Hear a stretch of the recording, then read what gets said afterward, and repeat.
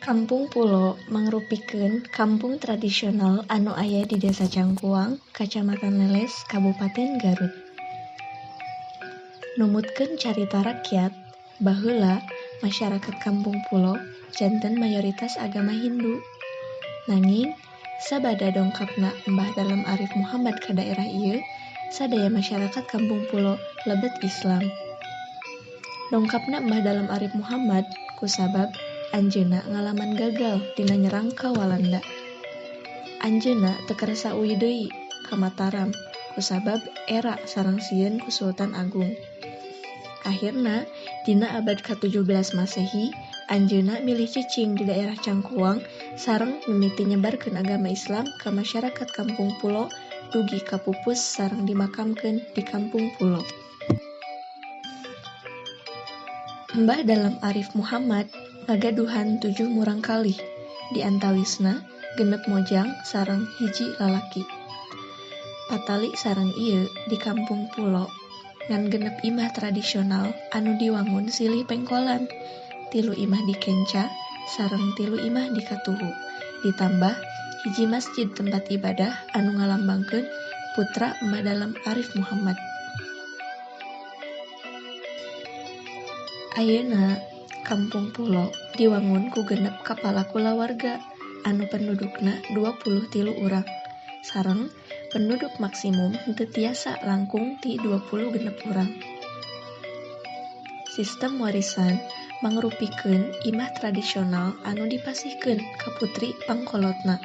Kusabab kitu, sistem kekerabatan di Kampung Pulo kedah nuturkeun garis indung. Upami budak lalaki nikah sareng perkawinanna parantos ngahontal 2 minggu, budakna kedah angkat di Kampung Pulo. Aya sababaraha mitos atanapi larangan di desa tradisional Kampung Pulo anu masih dipercaya dugi ka ayeuna. Di antawisna larangan anu kahiji nyaeta larangan nambihan sareng ngilangan jumlah imah. Sapertos ayeuna aya genep imah sareng hiji masjid anu mangrupikeun lambang para putrana Mbah Dalem Arif Muhammad.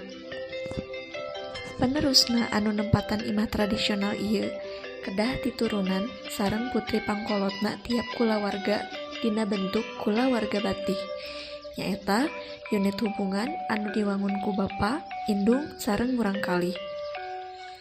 Larangan anu kadua nyaeta larangan ngawangun imah ku hateup wangun prisma. Ieu aya hubunganana sareng kajadian tragis anu tumiba ka hiji-hijina putra Mbah Dalem Arif Muhammad. Nalika hiji-hijina budak lalaki Mbah Dalem bade disunatan, upacara sunatan dilakukeun ku parading dina tanduk bentuk prisma. Nalika diarak, ujug-ujug datang angin badai anu nyieun prosesi kiruh sareng nyilakakeun Raden Ganten dugi ka maot. Larangan anu katilu nyaeta larangan nabeuh Gong Ageng. Ieu masih aya hubunganna sareng kajadian Raden Ganten cilaka. Dina kajadian eta, Gong Ageng mangrupikeun alat musik gamelan anu ngiringan upacara sunatan. Janten pikeun mieling kajadian eta, kampung adat Pulo pamali sareng ngalarang disada Gong Ageng. Larangan anu kaopat nyaeta larangan miara sato anu sukuna opat. Tujuanna pikeun ngajaga kasucian sareng kabersihan desa tradisional Kampung Pulo tina gangguan sareng najis eta sato.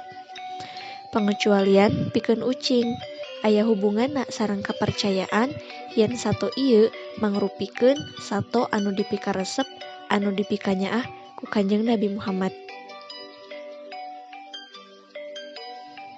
Larangan anu kalima nyaeta larangan damel sareng ziarah dina dinten Rebo atanapi malam Rebo. Kusabab dinten Rebo mangrupikeun dinten anu dipilih pikeun diajar sareng nambihan ilmu agama.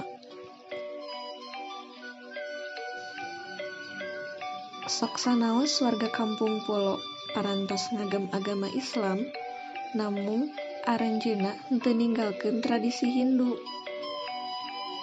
Aya sababaraha kagiatan anu masih dilaksanakeun, nyaeta ngagaduhan upacara tradisional sapertos 7 bulan sareng ngalahirkeun, marhabaan, upacara pamakaman, upacara tatanen, sareng ngawasuh banda-banda pusaka.